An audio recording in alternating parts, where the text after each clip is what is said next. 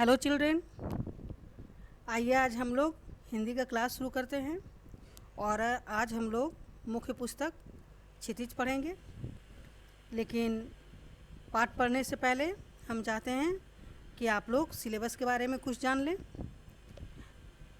चूँकि कोरोना काल में लगातार लॉकडाउन रहा है, इसके कारण सीबीएसई ने सिलेबस को रिवाइज किया है और क्षितिज के और भी कुछ लेसन को आपके सिलेबस से हटा दिया है। तो आइए हम लोग देखते हैं कि कौन कौन सा लेसन आपके सिलेबस से हटा दिया गया है। तो बच्चों, पहले हम लोग देखते हैं काव्य खंड में कौन कौन लेसन हटाया है। लेसन 9 कबीर का दूसरा शब्द हटा दिया गया है। लेसन 13 ये सुमित्रानंद पंत हटा दिया गया है। लेसन 14 केदारनाथ अग्रवाल हटाया गया है। लेसन 15 सर्वेश्वर दयाल सक्सेना हटा दिया गया है। और लेसन 16 चंद्रकांत देवताले हटा दिया गया है। अब गद्य खंड में लेसन 3 श्यामाचरण दुबे का हटाया गया है। लेसन 5 चपला देवी का हटा दिया गया है। लेसन 7 महादेवी वर्मा का हटाया गया है। और लेसन 8 हजारी प्रसाद द्विवेदी का हटाया गया है। उसके बाद कृतिका में लेसन 1 और लेसन 5 हटा दिया गया है। तो ये सारे लेसन आपको नहीं पढ़ना है। तो आइए बच्चों, आज हम लोग लेसन 1 पढ़ते हैं, जिसका नाम है दो बैलों की कथा। यह गद्य की कहानी विधा है, जिसके लेखक मुंशी प्रेमचंद है। तो इस कहानी को पढ़ने से पहले हम लोग प्रेमचंद के बारे में जानेंगे।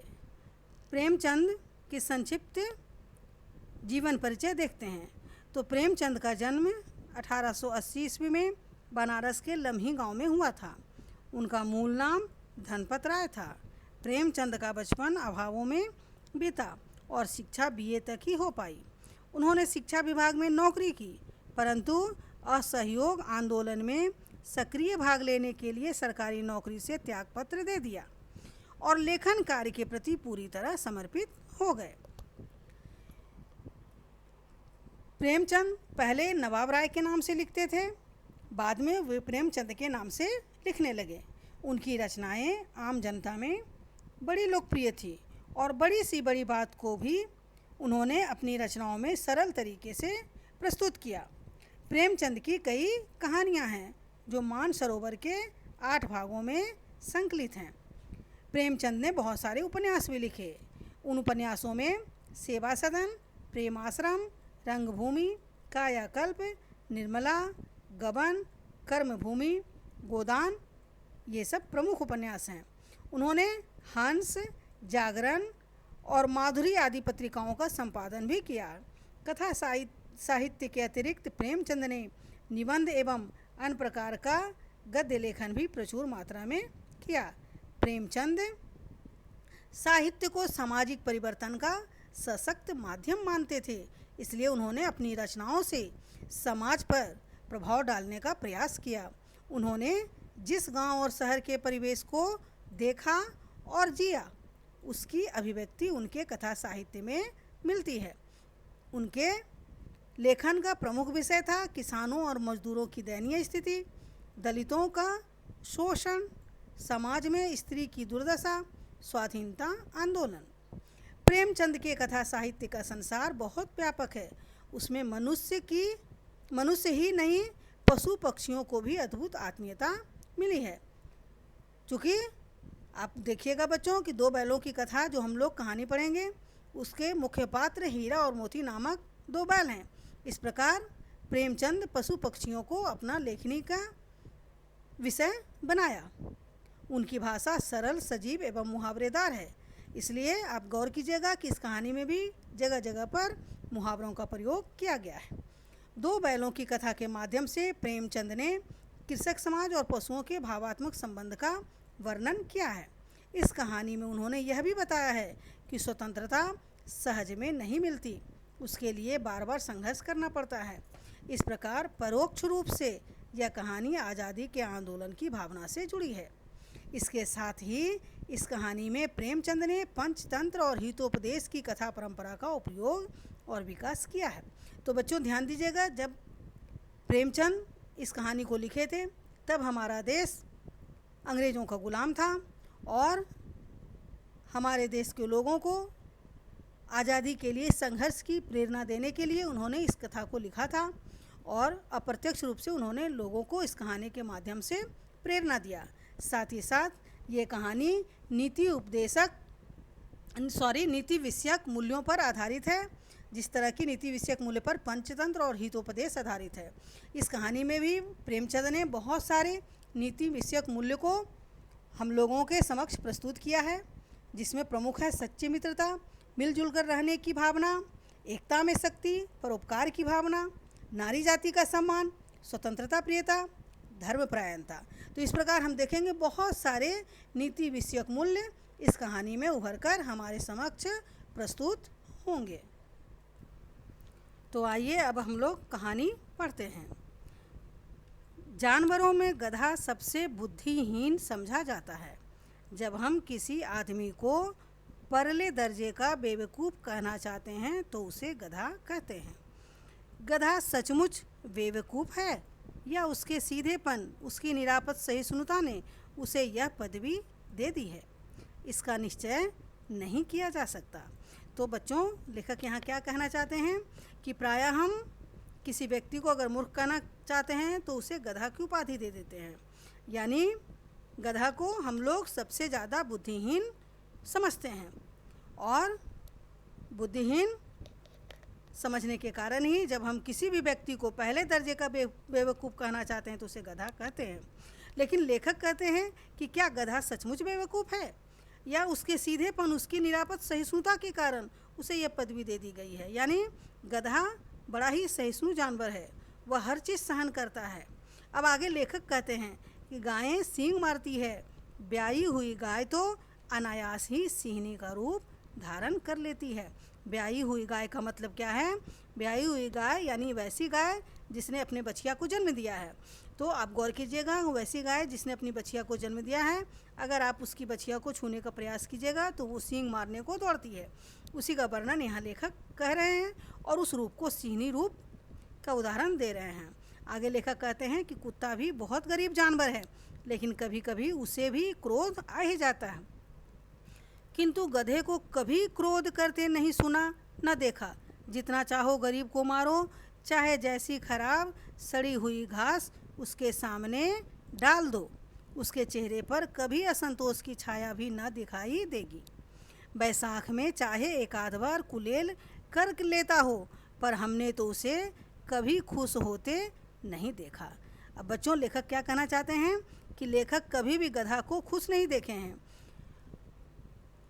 वो हमेशा क्या देखते हैं कि गधा एक जैसे भाव ही दिखाता है, न तो वो कभी ज़्यादा क्रोध करता है और न ही उसके चेहरे पर असंतोष की छाया दिखाई देती है। एक आध बार लेखक ने उसे बैसाख के महीना में कुलेल करते देखा है। कुलेल का अर्थ है क्रीड़ा करना, यानी बैसाख में वो कभी कभी क्रीड़ा कर लेता है। और बच्चों, शायद इसीलिए गधा का दूसरा नाम है बैसाखी नंदन। तो लेखक क्या कहते हैं आगे कि उसके चेहरे पर एक विषाद स्थायी रूप से छाया रहता है। विषाद का मतलब होता है उदासी, यानी लेखक को गधे के चेहरे पर उदासी नजर आता है। सुख दुख हानि लाभ किसी भी दशा में उसे बदलते नहीं देखा। ऋषि मुनियों के जितने गुण हैं वे सभी उसमें पराकाष्ठा को पहुंच गए हैं। आगे लेखक कहते हैं कि जिस प्रकार ऋषि मुनि हमेशा एक जैसे भाव वाले होते हैं, वो सारे गुण उन्हें गधा में दिखाई देता है और वो सारे गुण पराकाष्ठा तक पहुँचे हुए हैं, यानी चरम सीमा तक। पराकाष्ठा का अर्थ होता है चरम सीमा तक। और इतने गुण होने के बाद भी आदमी उसे क्या कहता है? बेवकूफ़ कहता है। सद्गुणों का इतना अनादर कहीं नहीं देखा। लेखक कहते हैं कि जब उसमें गधा में इतना ज़्यादा सद्गुण है, अच्छे गुण हैं, फिर उसका इतना अनादर क्यों होता है? ऐसा तो कहीं नहीं देखा गया है। कदाचित सीधापन संसार के लिए उपयुक्त नहीं है। अब लेखक कहते हैं कि हो सकता है कि गधा ज़्यादा सीधा है, इसलिए लोग उसका गलत फ़ायदा उठाते हैं। और इस बात को सिद्ध करने के लिए लेखक भारतवासियों की उदाहरण देते हैं।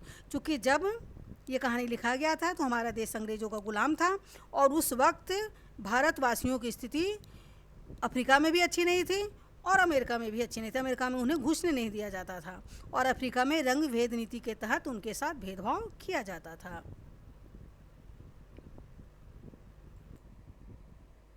इसलिए लेखक कहते हैं कि देखिए ना, भारतवासियों की अफ्रीका में क्या दुर्दशा हो रही है, क्यों अमेरिका में घुसने उन्हें नहीं दिया जाता है।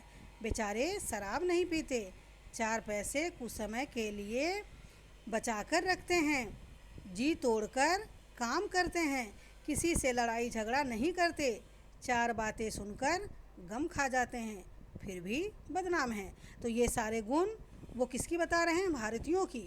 फिर भी भारतीयों को बदनाम किया जाता था। उस समय कहा जाता है कि वे जीवन के आदर्श को नीचा करते हैं। कौन ऐसा कहते थे? अंग्रेज कहते थे कि भारतीयों के पास कोई आदर्श नहीं है, भारतीय सब हैं। इसलिए यहाँ पर लेखक कह रहे हैं कि कहा जाता है कि जीवन के आदर्श को नीचा करते हैं। कौन नीचा करते हैं? भारतीय। तो लेखक का विचार है कि ऐसा इसलिए कहा जाता है क्योंकि वे ईंट का जवाब पत्थर से नहीं देते। अगर वे ईंट का जवाब पत्थर से देना सीख जाते तो शायद सभ्य कहलाने लगते। ये किसका विचार है? लेखक का विचार है। आगे लेखक जापान की मिसाल देते हैं और कहते हैं जापान की मिसाल सामने है, एक ही विजय ने उसे संसार की सभ्य जातियों में गण्य बना दिया। लेकिन गधे का एक छोटा भाई और भी है जो उससे कम ही गधा है और वह है बैल। तो बच्चों, लेखक बैल को गधे का छोटा भाई मान रहे हैं। क्यों मान रहे हैं? आगे हम लोग देखते हैं कि जिस अर्थ में गधे का प्रयोग करते हैं, कुछ उसी से मिलते जुलते अर्थ में बछिया के ताऊ का भी प्रयोग करते हैं, है ना। हम लोग जिस अर्थ में गधे का प्रयोग करते हैं, जैसे गधे का प्रयोग हम लोग मूर्ख में करते हैं। अगर किसी को हम मूर्ख कहना चाहते हैं तो क्या कहते हैं? कि यह गधा है। ठीक उसी प्रकार हम किसी को अगर बेवकूफ़ कहना चाहते हैं तो बैल भी उदाहरण में कह देते हैं। जैसे कह देते हैं कि बैल हो क्या, कोई काम ठीक से नहीं करते, तो बैल को ही यहाँ पर बछिया के ताऊ कहा गया है। कुछ लोग बैल को शायद बेवकूफ़ों में सर्वश्रेष्ठ कहेंगे, मगर हमारा विचार ऐसा नहीं है। बैल कभी कभी मारता भी है, कभी कभी अड़ियल बैल भी देखने में आता है और कई रीतियों से अपना असंतोष प्रकट कर देता है, अतएव उसका स्थान गधे से नीचा है। तो बच्चों, लेखक क्या कहना चाहते हैं कि लोगों का विचार है कि बैल ज़्यादा मूर्ख है, लेकिन लेखक कहते हैं कि मेरे विचार में ऐसी बात नहीं है, क्योंकि बैल अड़ियल भी हो जाता है, बैल लोग मारने भी दौड़ता है, बैल किसी से भिड़ भी जाता है, परंतु गधा ऐसा कभी नहीं करता है। इसलिए मूर्खता में अगर हम देखा जाए तो लेखक के अनुसार बैल का स्थान गधे से नीचा है। अब आगे देखते हैं। झूरी काछी के दोनों बैलों के नाम थे हीरा और मोती। झूरी काछी कौन था? किसान था, और हीरा और मोती नामक 2 बैल उसके पास थे। दोनों पछाई जाति के थे। पछाई जाति एक नस्ल है बैलों की। दोनों देखने में सुंदर थे, काम में चौकस थे, डील में ऊंचे, यानी हिष्ट पुष्ट बैल थे। बहुत दिनों साथ रहते रहते दोनों में भाईचारा हो गया था। दोनों आमने सामने या आसपास बैठे हुए एक दूसरे से मूक भाषा में विचार विनिमय करते थे। एक दूसरे की मन की बात कैसे समझ जाता था हम कह नहीं सकते।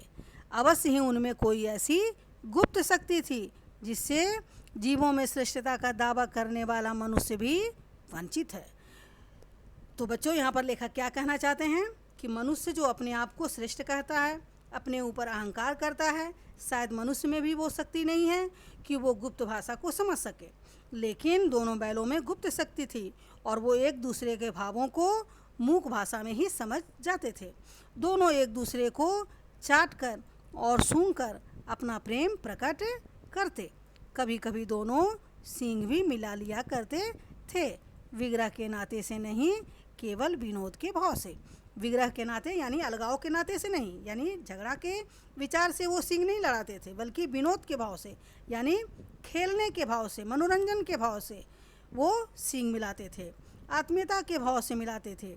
जैसे दोस्तों में घनिष्ठता होते ही धौल धप्पा होने लगता है, इसके बिना दोस्ती कुछ फुसफुसी, कुछ हल्की सी रहती है, जिस पर ज़्यादा विश्वास नहीं किया जा सकता। ये लेखक का विचार है कि दोस्तों के बीच भी धौल धप्पा होता है और तभी दोस्ती में जान आती है। और ऐसा ही हीरा मोती के दोस्ती के बीच भी होता था। वो दोनों भी अपने बैल प्यार से अपने सींग प्यार से आपस में मिला लेते थे और मूक भाषा में एक दूसरे से बातें करते थे। जिस वक्त ये दोनों बैल हल या गाड़ी में जोत दिए जाते, गर्दन हिला हिला कर चलते, उस वक्त हर एक की चेष्टा यही होती थी कि ज़्यादा से ज़्यादा बोझ मेरी ही गर्दन पर रहे। अब यहाँ पर गौर कीजिएगा बच्चों कि लेखक ये बताना चाहते हैं कि दोस्ती में शायद ऐसा ही होता है। जब कोई सच्चा मित्र होता है तो हम क्या चाहते हैं कि हमारे मित्र को कष्ट कम हो। हीरा और मोती में भी सच्ची मित्रता थी, इसलिए दोनों बैल चाहते थे कि मेरे गर्दन पर ज़्यादा बोझ रहे और मेरे मित्र के गर्दन पर कम बोझ रहे। दिन भर के दोपहर या संध्या को दोनों खुलते तो एक दूसरे को चार चुटकर अपनी थकान मिटा लिया करते। यानी दिन भर के बाद दोपहर या संध्या को जब दोनों को खोला जाता था तो वो एक दूसरे को चार चुटकर अपना प्रेम प्रदर्शित करते थे और इस प्रकार से उनकी थकान मिट जाती थी। नाद में खली भूसा पड़ जाने के बाद दोनों साथ उठते, साथ नाद में मुंह डालते और साथ ही बैठते थे। इस प्रकार दोनों साथ साथ खाते थे। एक मुंह हटा लेता तो दूसरा भी हटा लेता था। तो यहाँ पर क्या पता चलता है कि दोनों में घनिष्ठ मित्रता थी और दोनों मिलजुल कर रहते थे। संयोग की बात है कि झूरी ने एक बार गोई को ससुराल भेज दिया। अब गोई का अर्थ होता है जोड़ी, यानी बैलों की जोड़ी को यहाँ गोई कहा गया है। और हीरा और मोती की बैलों की जो जोड़ी थी उसे झूरी ने अपना ससुराल भेज दिया और उसकी पत्नी का जो भाई था वो उसे ले जा रहा था, उसका नाम था गया। बैलों को क्या मालूम वे क्यों भेजे जा रहे हैं, समझे मालिक ने हमें भेज दिया। अपना यूँ बेचा जाना उन्हें अच्छा लगा या बुरा कौन जाने, पर झूरी के साले गया को घर तक गोई ले जाने में दांतों पसीना आ गया। तो बच्चों, दांतों पसीना आ गया एक मुहावरा है, यानी हीरा और मोती ने गया को बहुत ही ज़्यादा परेशान रास्ते में किया। पीछे से हाँकता तो दोनों दाएं बाएं भागते, पगहिया पकड़कर आगे से खींचता तो दोनों पीछे को जोर लगाते, मारता तो दोनों सींग नीचे करके हुंकारते। और लेखक कहते हैं कि अगर ईश्वर ने उन्हें वाणी दी होती तो झूरी से पूछते कि तुम हम गरीबों को क्यों निकाल रहे हो, हमने तो तुम्हारी सेवा करने में कोई कसर नहीं उठा रखी। अगर इतनी मेहनत से काम ना चलता था तो और काम ले लेते, हमें तो तुम्हारी चाकरी में मर जाना कबूल था। हमने कभी दाने चारे की शिकायत नहीं की, तुमने जो कुछ खिलाया वह सिर झुकाकर खा लिया, फिर तुमने हमें इस जालिम के हाथों क्यों बेच दिया। तो बच्चों, लेखक क्या कहना चाहते हैं कि बैलों के पास अगर जुबान होती, अगर वो बोल पाते तो वो झूरी काछी से ये प्रश्न अवश्य करते कि तुमने हमें क्यों बेचा। संध्या समय दोनों बैल अपने नए स्थान पर पहुँचे। दिन भर के भूखे थे, लेकिन जब नाद में लगाए गए तो एक ने भी उसमें मुंह ना डाला। दिल भारी हो रहा था। जिसे उन्होंने अपना घर समझ रखा था वह आज उनसे छूट गया था। यह नया घर, ये नया गांव, नए आदमी उन्हें बेगानों से लगते थे। तो बच्चों, बैलों को नया स्थान बिल्कुल अच्छा नहीं लग रहा था। उनका दिल भारी हो रहा था कि मेरा अपना घर छूट गया है, इसलिए वो दोनों भूसा नहीं खाना चाह रहे थे। नाद में उन्होंने मुंह भी नहीं डाला। दोनों ने अपनी मुख भाषा में सलाह की, एक दूसरे को कनखियों से देखा और लेट गए। दोनों जमीन पर भूखे ही लेट गए। जब गांव में सोता पड़ गया तो दोनों ने जोर मारकर पगहे तुड़ा डाले और घर की तरफ चले। सोता पड़ गया यानी गांव के लोग जब सारे सो गए, गांव में शांति हो गई, तो दोनों बैल जो थे अपने पगहे यानी अपनी रस्सी तोड़ डाले। पगहे बहुत मजबूत थे, अनुमान न हो सकता था कि कोई बैल उन्हें तोड़ सकेगा। पर इन दोनों में इस समय दूनी शक्ति आ गई थी। एक एक झटके में रस्सियाँ टूट गई। तो बच्चों, कहते हैं ना कि जब हम जोश में आते हैं तो कठिन से कठिन काम भी कर लेते हैं। उसी प्रकार हीरा और मोती ने उस रस्सी को तोड़कर वहाँ से भाग गए। झूरी प्रातःकाल सोकर उठा तो देखा कि दोनों बैल चरनी पर खड़े हैं।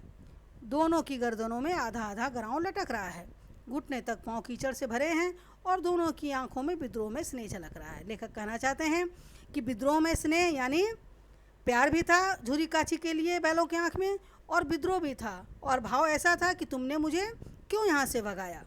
अगर उनके पास जुबान होता तो शायद वो यही बातें कहते। झूरी बैलों को देखकर स्नेह से गदगद हो गया, दौड़कर उन्हें गले लगा लिया और प्रेम आलिंगन और चुंबन का वह दृश्य बड़ा ही मनोहर था। जब झूरी बैलों को गले से लगा लिया और उसे प्यार करने लगा तो वह दृश्य मन को हरने वाला था। घर और गांव के लड़के जमा हो गए, तालियां बजा बजा कर उनका स्वागत करने लगे। गांव के इतिहास में यह घटना अभूतपूर्व न होने पर भी महत्वपूर्ण थी। बाल सभा ने निश्चय किया दोनों पशुवीरों को अभिनंदन पत्र देना चाहिए। बच्चों, आप लोग देखते ही हो कि गांव घर में अगर कुछ ऐसी घटना घटती है तो बच्चे जमा हो जाते हैं और ताली बजाने लगते हैं। तो इसी प्रकार सभी बच्चे वहाँ पर आस पड़ोस के बच्चे जमा हो गए थे और ताली बजाने लगे, बैलों का स्वागत करने लगे और उन लोगों ने निश्चय किया कि बैलों को अभिनंदन पत्र देना चाहिए। और अभिनंदन पत्र के रूप में कोई अपने घर से रोटियां लाया, कोई गुड़ लाया, कोई चोकर लाया, कोई भूसी लाया। बैलों का अभिनंदन ऐसे ही तो हो सकता था, इसलिए बच्चों ने बैलों का अभिनंदन किया।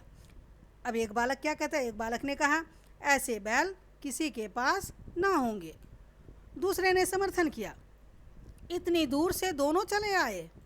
तीसरा बोला बैल नहीं हैं, वे उस जन्म के आदमी हैं।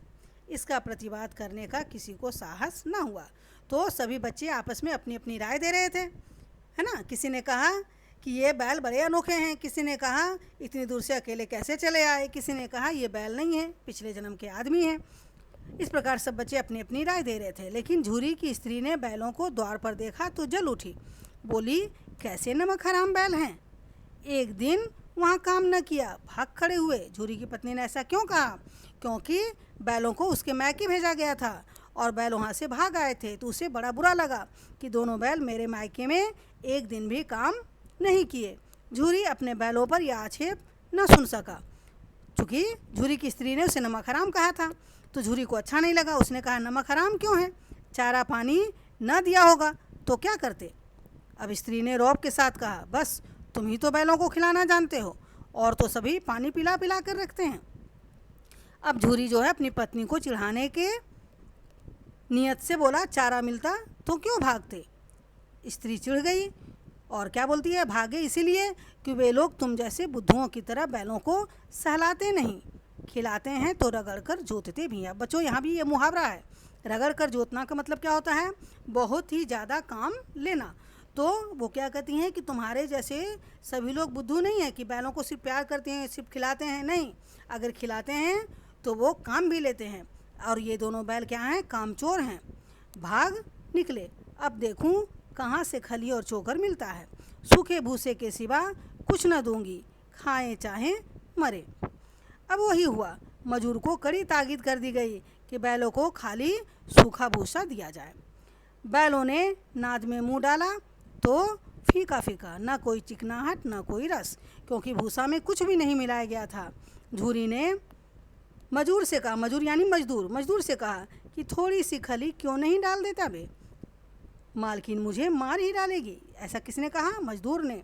तो झूरी कहता कि चुरा कर डाला। तो मजदूर क्या कहता है, ना दादा, पीछे से तुम उन्हीं किसी कहोगे, यानी अगर मालकिन मुझे देख लेगी और मुझे डांटेगी तो तुम मालकिन के पक्ष लोगे और मेरे पक्ष में नहीं बोलोगे, इसलिए मैं चुरा कर दोनों बैलों को भूसा नहीं दूंगा। इस प्रकार से आज हम लोग भाग 1 पढ़ लिए। अब अगले दिन हम लोग भाग 2 पढ़ेंगे। तो बच्चों, आप लोग फिर से एक बार भाग 1 को रीडिंग कीजिएगा और आज हम जो प्रश्न होमवर्क में देते हैं इसे आप तैयार कीजिएगा लिखित रूप में। आप प्रश्न लिख लीजिए। पहला प्रश्न है, लेखक ने बैल को गधे का छोटा भाई क्यों कहा है। लेखक ने बैल को गधे का छोटा भाई क्यों कहा है। दूसरा प्रश्न है, लेखक के अनुसार गधे को मूर्ख का पर्याय क्यों माना गया है। फिर से सुनिए, लेखक के अनुसार गधा को मूर्ख का पर्याय क्यों माना गया है। ठीक है बच्चों, ये दोनों प्रश्न आप लोग तैयार कीजिएगा। धन्यवाद।